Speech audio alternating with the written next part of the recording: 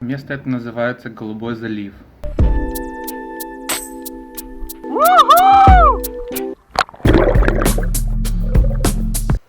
Меньше движения.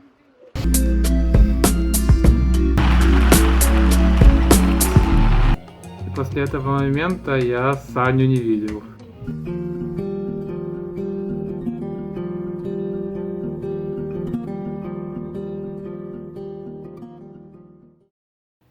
До этого места, до скалы Кошки, мы проехали такой путь.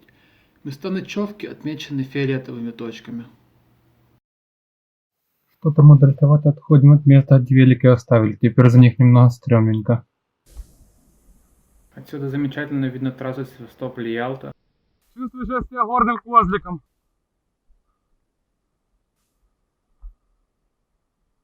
Шипы на обуви точно как копытцы цокают об камни. Действительно горные козлики. Там она обсерватория! Сзади! А мне тут нравится, это прикольненько. Красиво! Название горы происходит от крымско-татарского Кошкая. А поскольку гора по форме напоминает лежащую кошку, то была позже переосмыслена русским населением как гора Кошка. Что-то мне подсказывает, что сейчас будет тупик. И возможно там по низу есть дорога, Санек. Ты там еще? Да не, ну как бы если по экстриму, то можно пролезть, но чувак, оно того не стоит, все. По низу пошли попробуем. Он как раз там, где ты, вот там иди вниз. Вон там протоптано дальше. Вот пришел, куда тропинка привела. Вот на колокошка. Все, что отсюда видно. И там, где нам дедуля сказал, чтобы мы не ехали, понизу. Вон такие офигенные пляжи. Вон там дорога. Можно сюда подняться было пешком. Так что, видимо, нужно было типа не слушать, а ехать понизу. И вон там еще аквапарк. Место это называется Голубой залив. А эта платформа — это устричная ферма. Мы вернулись на самое начало тропинки, но я не смог смириться с тем, что я не побывал на верхушке скалы Кошки, и поэтому решил тупо лезть вверх.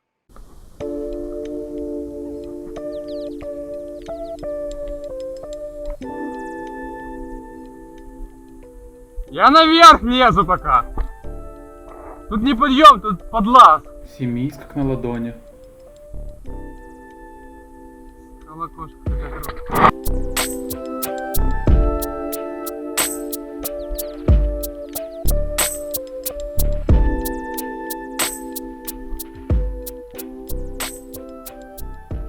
Меня мама убьет, если видит это видео.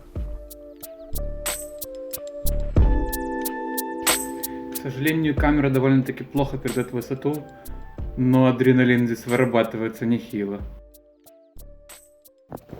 254 метра над уровнем моря. Раньше здесь располагалась крепость под названием Лимена-Кале. Ее построили еще тавры, самые первые жители Крыма в 13 веке. Но просуществовала она довольно-таки недолго, не более столетия, и потом она лежала в руинах.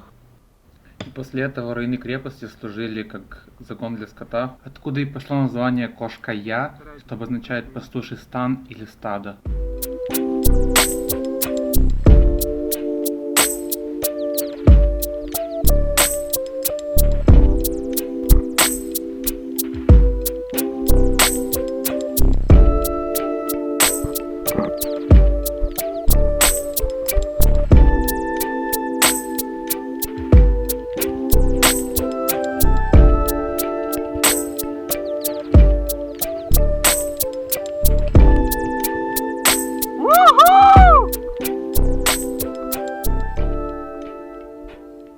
А это тысячелетний можжевельник. Как жаль, что я не могу передать запах через камеру.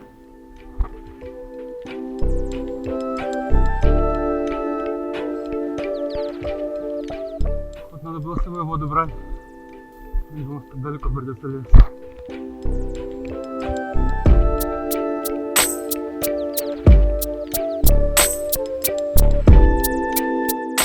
Здесь, конечно, очень круто.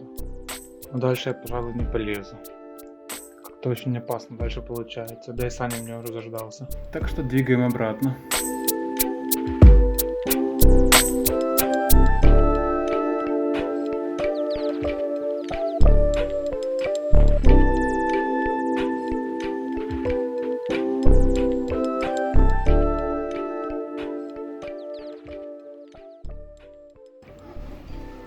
Вот остановились покушать в такой столовочке.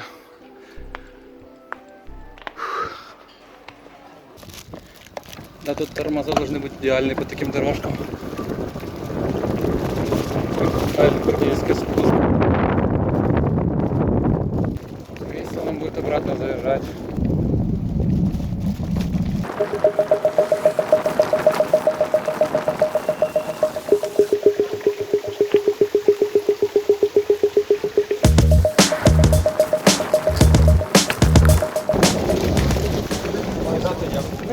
Как на пляж, лучше на велик подъехать. На первый пляж въезд был запрещен, поэтому едем дальше.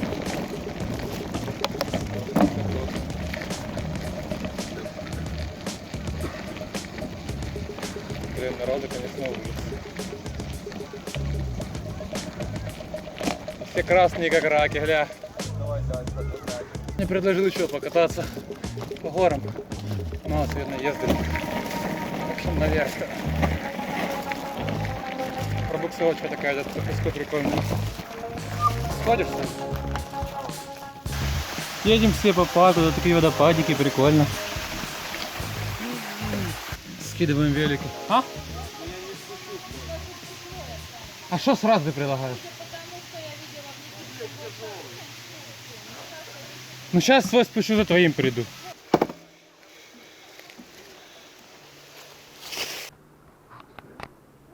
Остановились в каком-то парке. Еле-еле спустили велики, вот оттуда вон стоят. Это было, конечно, жесть. Тут можно ноги переломать и без велика. Скалы, такие камни, все равно куча народу. Но зато у нас есть дынька. Место, куда мы приехали, оказалось местом, где впадает родник в море. Поэтому здесь просто нереально холодная вода. Прикольный эффект смешанной соленой и пресной воды. Русалка Саня.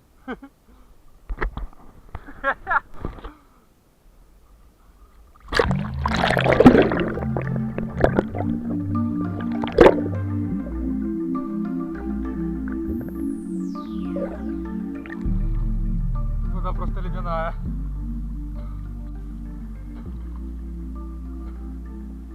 А вот сверху какой-то водопадик. А еще вот куча медуз. Тут вообще море медуз.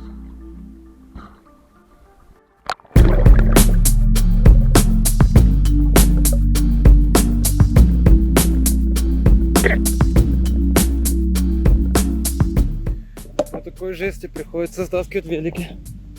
Кстати, обратите внимание на толщину этой секвойи.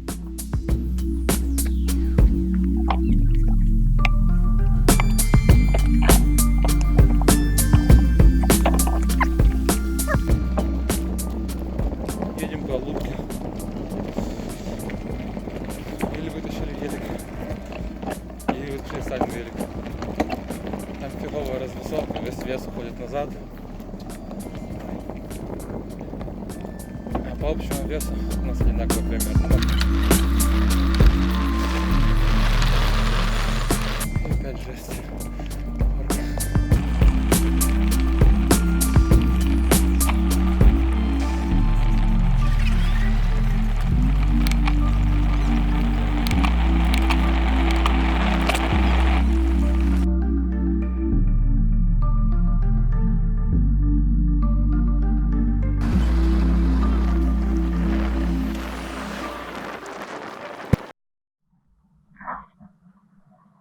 По дороге нашел такую сливу. Нарвал нереально просто плодющая. Я поехал вперед. Поскольку не было куда складывать, решил вот допить свою бутылочку. Сюда насыпать, чтобы вкусненько угостить. Доехали до Ласточкиного гнезда. Сейчас едем параллельно основной трассе. меньше движения. В общем, решили ехать дальше мимо Ласточкиного гнезда, потому что мы там обои уже были. У нас не так много времени. Накатим сегодня лучше. Едем вверх по серпантину. Только что казалось, что уже, короче, некуда. Тут такой вообще чуть ли не как стена. Жесть. Едем по Ливадийскому дворцу, катаемся на великах.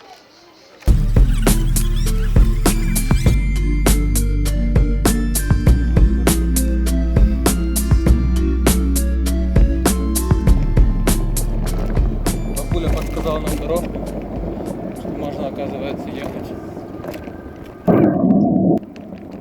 Еще и какие колеса бросаются.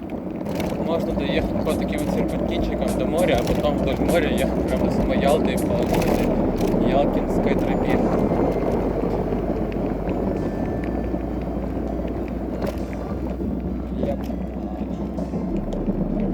Конечно, с горы. Куда поехать? Налево или направо?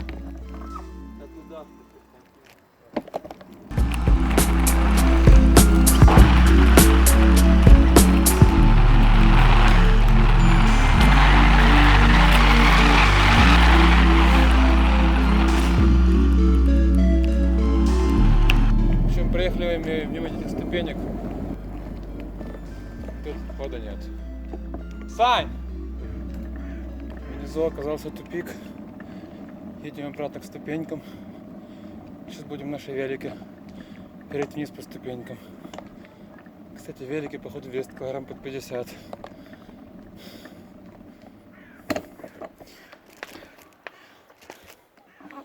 Вот такой вот жестячок стоит.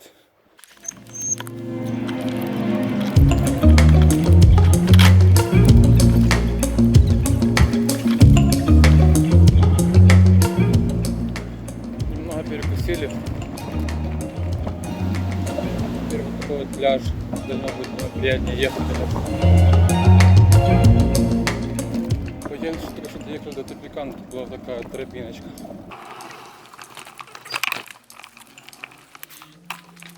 Это просто жесть.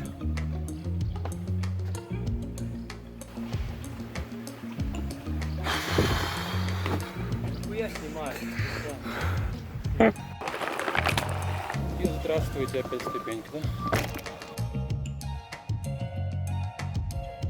Наконец-то проехали все ступеньки. По крайней мере, нам так сказали. Привет, вертикальная охрана. Добрались до Ялты. Ялтинская набережная.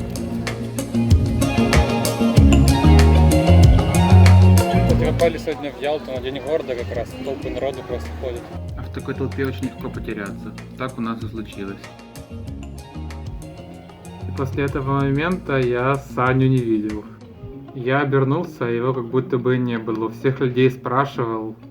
Сим-карту мы купили одну на двоих, и она была у меня. Я даже договорился с местным продавцом, чтобы он мне набрал, если увидит Саню. Еще удивлялся, почему он ни у кого не попросил телефон набрать меня.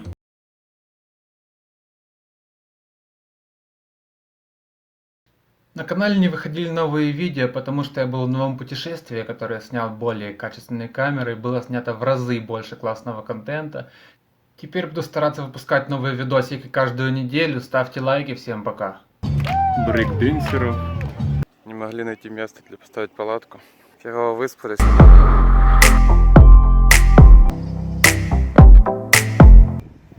При малейшей опасности рак полностью прячется в раковину. Уже отправляется на Симферополь.